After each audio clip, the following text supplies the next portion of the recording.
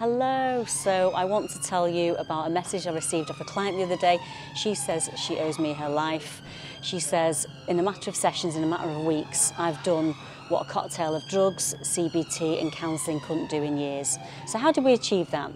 When I work with clients, I work directly with the subconscious mind, the operating system, if you will. So our subconscious mind controls around 95% of who we are.